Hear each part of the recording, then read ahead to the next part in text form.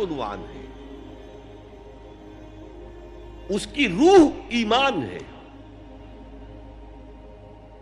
اور اس کا ظاہر اس میں سب سے پہلے انسانی ہمدردی، اور اس ہمدردی کی بنا پر وہ مال جو بہت محبوب ہے خرچ کرنا، درد دل کے واسطے پیدا کیا انسان کو، ورنہ طاعت کے لیے کچھ کم نہ تھے کروبیاں۔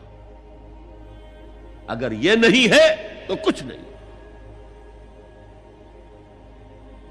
حضور نے فرمایا من یحرم الرفق فقد حرم الخیر کلہ، جو شخص دل کی نرمی سے محروم ہو گیا وہ کل کے کل خیر سے محروم ہو گیا۔ کسی کو دکھ میں دیکھو اور اس پوزیشن میں ہو کہ تم اس کا کوئی مداوع کر سکو اور نہ کرو، پھر تم چاہے مفسر ہو، محدث ہو، نیک نہیں ہو۔ تم عابد ہو سکتے ہو، زاہد ہو سکتے ہو، تم مفسر ہو سکتے ہو، محدث، نیک نہیں ہو سکتے۔ من یحرم الرفق، رفق کہتے ہیں نرمی، رفیق ہمارا ساتھی، دمساز۔ ظاہر بات ہے آپ کو دکھ ہوگا، آپ کے رفیق جو ہے اس کے اپنے دل میں محسوس کرے گا آپ کے درد کو۔ ہمدرد کسے کہتے ہیں؟ ہمدرد، ان کا درد مشترک ہے۔ ہم عصر، ایک زمانے کے لوگ،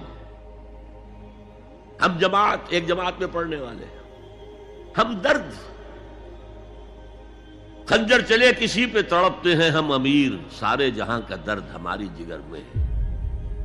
اگر یہ رفق نہیں ہے، اگر یہ ہمدردی نہیں ہے، اگر کسی کو دکھ میں دیکھ کر آپ تڑپ نہیں اٹھتے، اگر اس کی مدد کرنے پر قادر ہو اور نہیں کرتے تو کل خیر سے محروم ہے۔ پڑھے جاؤ نمازیں اور تہجدیں، کچھ حاصل نہیں ہو۔ اس پر جو آخری آیت قرآن کی ہے، لن تنالوا البر حتى تنفقوا مما تحبون، اس سے زیادہ کیٹیگوریکل سٹیٹمنٹ اور کیا چاہیے؟ لن کے ساتھ جو نفی ہوتی ہے فعل مضارع میں، انتہائی مؤکد، ہرگز نہیں پہنچ سکتے نیکی کے مقام کو جب تک کہ خرچ نہ کرو ان میں سے جو چیزیں تمہیں پسند ہیں۔ قمیض پھٹ گئی ہے، بوسیدہ دے دو کسی کو، یہ نہیں ہے خیرات و صدقات، بلکہ جو تمہیں محبوب ہو۔ لن تنالوا البر، بر کے مقام تک نہیں پہنچ سکتے۔ پھر میں کہہ رہا ہوں، عابد ہو سکتے ہو، زاہد ہو سکتے ہو، علم کا معاملہ ہے، محدث ہو سکتے ہو، مفسر ہو سکتے ہو، فقیہ ہو سکتے ہو، مفتی ہو سکتے ہو، سب کچھ ہو سکتے ہو، قرآن مجید کی روح سے نیک نہیں کہلا سکتے۔